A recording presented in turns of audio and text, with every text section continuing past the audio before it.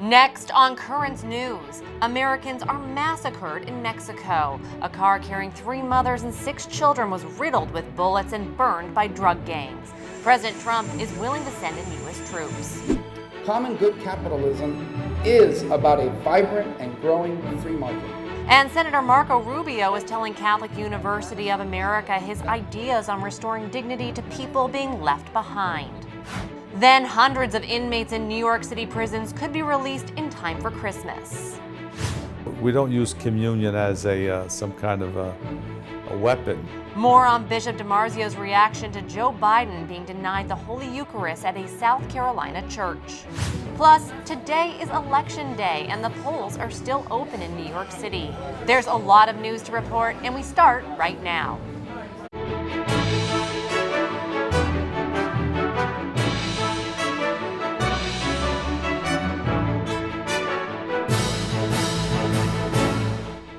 Good evening, I'm Tamara Lane. At least 9 American citizens, including children, have been gunned down by a Mexican drug cartel, execution style. The Mormon family was ambushed while driving in northern Mexico. Some of their bodies were found in a burning, shot-up SUV. Currents News' Emily Drewby begins our coverage with this warning. This video may be hard for some to watch. A burnt-out car riddled with bullet holes, the result of a deadly attack on Americans at the U.S.-Mexico border. This is for the record. Nita and 4 of my grandchildren are burnt. The attack claiming the lives of 9 family members, 3 mothers, and 6 children, including 2 infants. Every one of them were young. All of them. The ambush likely carried out by one of Mexico's vicious drug cartels. They were cut down while traveling from their ranch in Chihuahua on a trip to a family gathering. Family members who stayed home could see what had happened. They saw the smoke and went up to see what was going on. This smoke from one of the 3 cars in the family caravan. Relative Taylor Langford explained this car belonged to his cousin, Renita, and he's saying she and 4 of her children are among the dead. Langford also identifying his Aunt Donna and cousin Christina as victims. Mexican authorities are reporting 8 people survived the slaughter. Some have serious injuries. I think a lot of us are just speechless. It's horrific. Relative Leah Stadden says the family was thinking about getting out of Mexico because of violence. Things that have happened with family members being pulled over by the mafia, guns all, pointed at their vehicle. Stadden says she has no idea why anyone would want to harm the family. We just can't believe that this actually happened to our family. It just seems like a bad dream. It's not just got caught in gunfire in the wrong place at the wrong time. This is a whole new level of cartel violence. Langford is worried his family isn't safe yet. We still don't know what's going to happen next.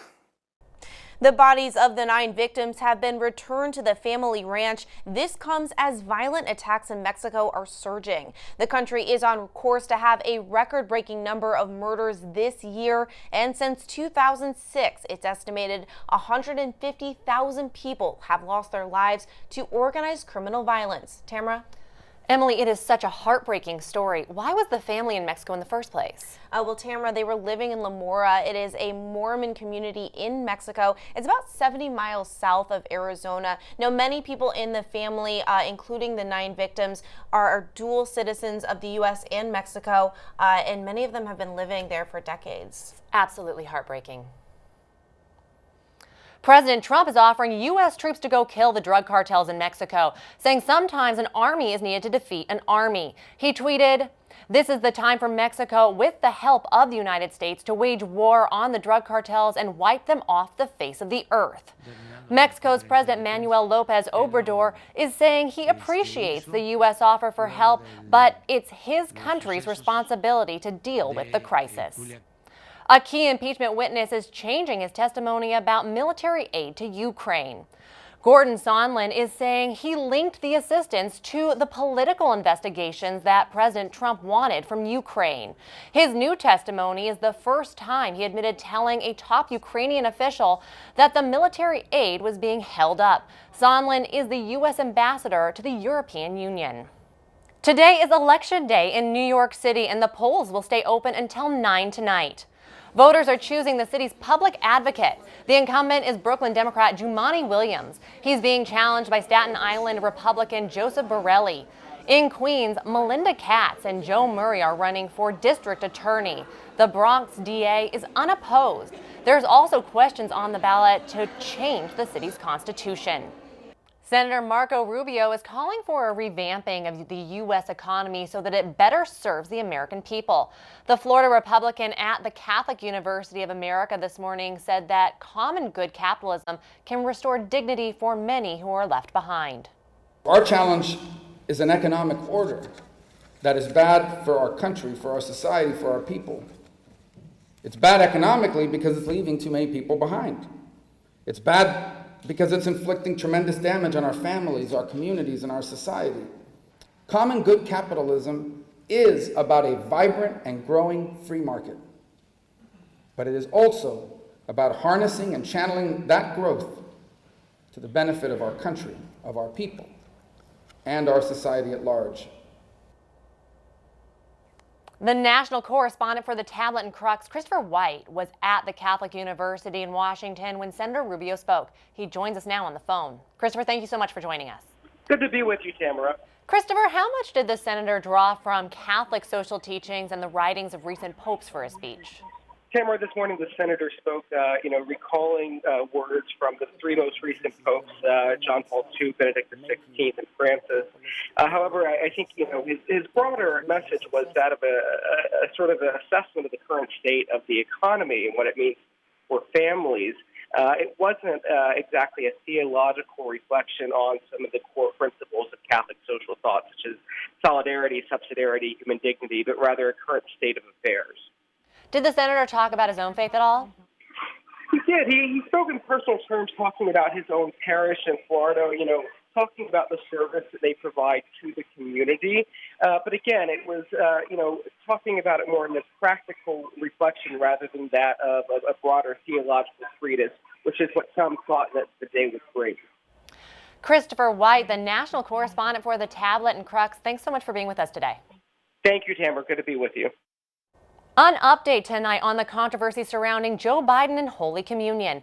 Brooklyn's Bishop Nicholas DiMarzio is saying the South Carolina priest who withheld the Eucharist should not have acted on his own.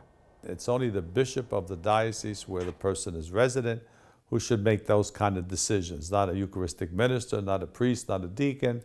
It's too weighty of decision.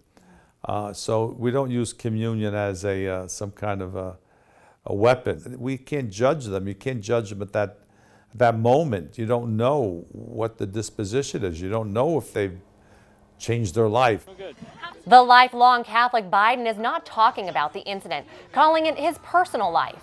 The priest said he was following the policy of his diocese. Bishop Michael Bransfield isn't being allowed to attend the U.S. Bishops' General Assembly next week.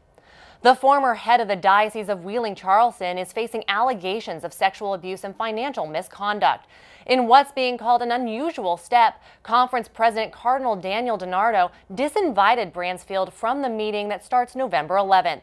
Pope Francis accepted the bishop's resignation from his diocesan post last month. Prison reform in New York could lead to nearly 900 city inmates getting out of jail in time for Christmas. Prisoners serving time for low-level crimes are eligible for release under a new bail reform law that's about to go into effect. Bishop DiMarzio, Cardinal Dolan, and other religious leaders are strong advocates for prison reform and the closing of Rikers Island. Meanwhile, history is being made in the Oklahoma criminal justice system, as nearly 500 inmates walked out of prison across the state in the largest single-day release ever in U.S. history. Reed Binion reports. The cheers, the hugs, a long-awaited day for some of Oklahoma's non-violent offenders. I've been out of her life for 3 years, but she's my hope. She's never given up on me. So it's a great opportunity for a lot of women out there. In what was the largest commutation in not just the state, but in U.S. history, 462 inmates across Oklahoma were released Monday to their loved ones. This is an exciting and historic event for the state of Oklahoma. A historic event that began back in 2016 when Oklahoma passed reforms that would turn some low-level felonies like simple drug possession and minor property crimes into misdemeanors. On Friday, the Oklahoma Pardon and Parole Board approved the commutations. For a state that has one of the highest incarceration rates, bipartisan lawmakers, including Governor Kevin Stitt, were hopeful this was a move in the right direction. It's such an honor to be with my fellow Oklahomans outside the walls of Eddie Warrior Correctional Center. Governor Stitt, who has been an advocate for criminal justice reform, uttered some encouraging words to the now former inmates as they begin the new chapter. This is the first day of the rest of your life. I'm Reed Binion reporting. Currents News reached out to the Catholic Conference of Oklahoma about the prison reforms, and they said they are encouraged and say Oklahoma's criminal justice system is moving in the right direction. The FBI has stopped a potential hate crime, and a Colorado synagogue is breathing a sigh of relief tonight. The feds breaking up a plot to bomb the Jewish holy place. John Lawrence reports. A planned bombing attack on the Temple Emmanuel Synagogue in Pueblo, Colorado is foiled. We thwarted an imminent threat to our community, and at this point we do not believe that there is any remaining public safety threat to the Colorado area. Richard Holzer, who authorities say espoused white supremacist ideology online, was taken into custody Friday night. The 27-year-old is charged with attempting to obstruct the free exercise of religious beliefs with the attempted use of explosives, which is a hate crime. We've never had this kind of incident happen. It would take somebody from outside of our community to do something like this. Federal officials became aware of Holzer after seeing comments he made online. He talked about the Holocaust and saying that Jews should die. He called Jews a cancer, and he talked about his desire to start a holy war. Undercover agents then started interacting with Holzer as he allegedly started his plot for the synagogue. The 119-year-old synagogue is not a soft target, and officials say some members are armed. We're not going to be victims. We're going to protect ourselves. And its regularly scheduled service this Friday is expected to take place as usual. I'm John Lawrence reporting.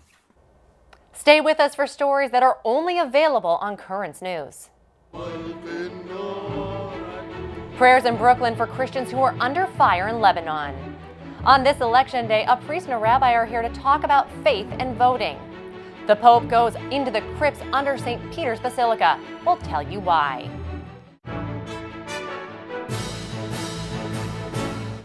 There's growing unrest in Lebanon tonight. Huge numbers of people are protesting against their government. Pope Francis has weighed in on the crisis. In the Brooklyn Diocese, Christians are turning to prayers for peace in the troubled land. Currents News' Tim Harfman reports. Christians in Brooklyn chanting hymns, praying for their endangered brothers and sisters in Lebanon. I heard Lebanon needs the support of the people. I came right down. Paul Moshe is one of many attending a prayer service at Our Lady of Lebanon Cathedral in Brooklyn Heights. He's worried about his loved ones who are still in Lebanon. I just hope to God my family and everybody else over there is safe.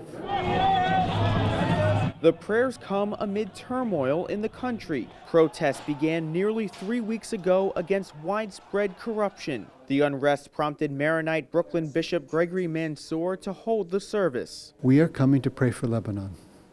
Simple.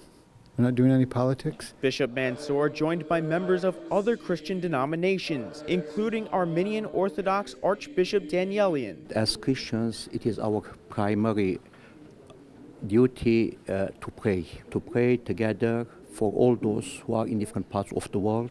At the Vatican, Pope Francis has encouraged the protesters while pushing both sides to respect the dignity and freedom of everyone in Lebanon. Esorto tutti a ricercare le giuste soluzioni nella via del dialogo. We can resolve every political difficulty without violence. Until it's resolved, these Christians will continue to pray for peace in Lebanon. In Brooklyn Heights, Tim Harfman, Currents News.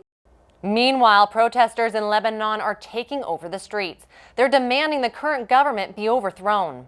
The country's been gripped with unrest for almost 3 weeks. The Prime Minister has already quit. Still, hundreds of thousands of demonstrators are paralyzing Lebanon, shutting down roads. They're complaining about rampant corruption in the country. The Pope made a special trip underneath the high altar of St. Peter's Basilica. He visited the crypts that are there so he could pay his respects to some of the men who preceded him. Melissa Butts reports. Accompanied by Cardinal Angelo Camastri, the archpriest of St. Peter's Basilica, Pope Francis visited the crypt underneath the basilica.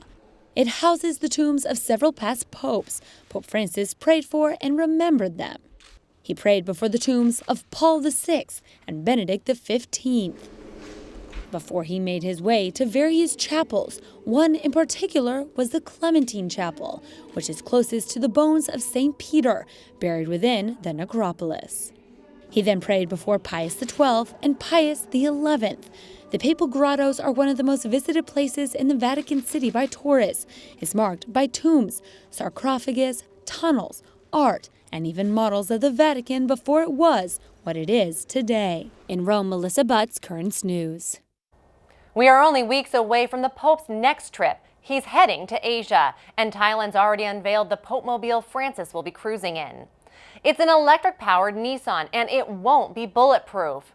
Through the years, Francis has made it clear he prefers not to use enclosed vehicles as it walls him off from the people. He's even called the glass Popemobile a sardine can. The Holy Father insists that he has nothing to lose even if anything does happen. Security details from local police and the Swiss Guard will protect the Pope. On this election day, it's a good time to take another look at an interview I did a few days ago. Our guests were Monsignor Guy Massey, pastor of Brooklyn's Sacred Hearts and St. Stephen Church, and his friend Rabbi Brad Hirschfield, the president of the National Jewish Center for Learning and Leadership. They were here to discuss voting and faith. Let's start with what should Catholic and Jewish voters pay attention to when making their election choices. Monsignor, let's start with you. Okay. You know, that's, I guess one's faith really does affect how one lives and decisions that one makes all of the time. But when it comes to voting, I think even the United States Catholic bishops have made a statement just on this question. And they tell us that we need to form a conscience, have a Catholic formed conscience, meaning that a conscience is not something that says I could do whatever I like because I feel that way, but rather what is the church saying about these issues? What is the scripture saying? How are you being led to do this? Rabbi, what about you? So I think where we absolutely agree is that for people of deep faith, and I want to be clear, at least for Jews, I don't presume that all Jews need to bring a deep faith into their politics. But if one brings deep faith into the rest of their lives, there's no reason it shouldn't be present with them in the voting booth as well. There is, however, a profound difference between the principle of separation of church and state. And in addition to that, there's another notion, which is not religion and state, which must be kept separate, but faith and politics, which means our most deeply held beliefs should always shape our lives with a significant cautionary note. I want to talk about party lines. Some people of faith may support Democrats on many social issues like immigration, and then Republicans are likely to get backing from voters who are pro-life as well as pro-Israel. Are there religious voting blocs now? Rabbi? There probably are, and it's not good for religion and it's not good for politics. That's right. The assumption that one is only pro-life if they, now fill in the blank and I don't care, think about it, my way, think about it, your way, if there's an our way, that's a very small concept of pro-life. The same thing could be said for pro-Israel or anything else. Once any significant policy becomes my way or the highway, typically all that happens is the most extreme elements of society, on whatever the issue, control the day. And that never works out well for anyone except the most extreme elements. Monsignor, is there anything you'd like to add? I would like to make a comment on that. You know, one of the things you have to realize is that you have to be also concerned when you're voting about the dignity of people, of humanity that is, about the structures in which our humanity lives. So the family, the schools, the communities. The common good, you know, the common good is living that moral life in the public square, and also solidarity with the rest of the world. But this idea of you bringing faith to certain things, you know, one of the questions I have there is, yes, there's a separation between church and state, But is there a separation between religion and state? Well, listen, that's faith in politics. Yeah, I don't think there can be for people of deep belief. Common good is a great term, though. The one thing almost all Americans agree to is they're concerned about the common good, and they think the other guys who don't agree with them aren't. Yeah. So the first thing we're going to have to do is widen our conception of common good to include those who we don't think is commonly so good. Really quickly, what if a voter says that they just can't decide and so they're not going to go out and vote? What do you have to say to them? Quickly, Rabbi? Look, I think voting is a sacred obligation whether you believe in God or not. I absolutely understand not wanting to vote, so go write someone in. Right. Monsignor. I mean, I vote because I'm an American, and I have a right to do that, and I think many people have suffered for that right. And I think that, yes, writing in something, you have a voice, and then you also have a voice to complain, too. If you don't vote, then you have no complaint either. So I think it's very important to vote. That was Monsignor Guy Massey, the pastor of Brooklyn's Sacred Hearts and St. Stephen Church, and Rabbi Brad Hirschfield, the president of the National Jewish Center for Learning and Leadership. Remember, you still have time to vote. The polls in New York City are open until 9 tonight. Still to come on Currents News. Christmas shoppers are getting ready to go. A forecast on how much money they're going to spend. What happened when someone fell onto the train tracks? God helped out. And please check out one of the latest features in the tablet, the Our Diocesan Family page. That's where you can send in photos of your family receiving certain sacraments, such as baptism, First Communion, confirmation, and marriage. For more information and to submit your pictures, go to thetablet.org/ourdiocesanfamily. We'll be right back.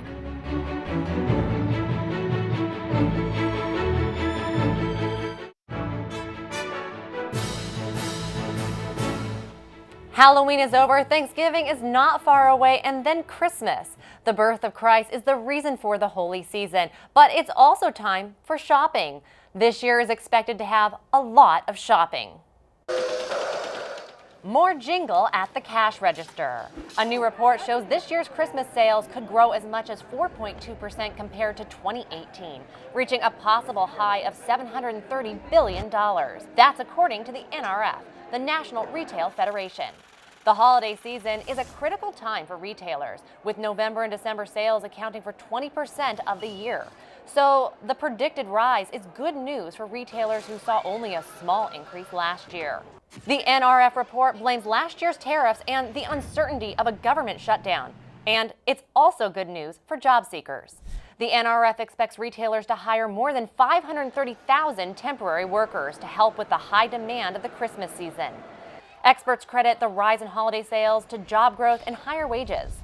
And it's not just brick and mortar stores seeing soaring sales. The NRF forecast finds online and other non-store sales expected to increase as much as 14% to nearly $167 billion. The NRF Christmas forecast looks at several indicators like employment, wages, and consumer confidence. Finally tonight, John O'Connor is saying divine intervention was at work just in time to save a man. John is a supervisor with San Francisco's BART transit system. Fortunate that God put me there and he got to see another day. When I spoke to him later, I told him, hey, pay it forward. A security camera shows a commuter tumbling onto the tracks just as the train pulls into the station. In the nick of time, John reached down and hoisted the man to safety. John wasn't supposed to be there then. He was working late to help in crowd control. Amazing. That is Currents News. I'm Tamara Lane. Thank you for joining us because we are putting your faith in the news. Hope to see you again next time.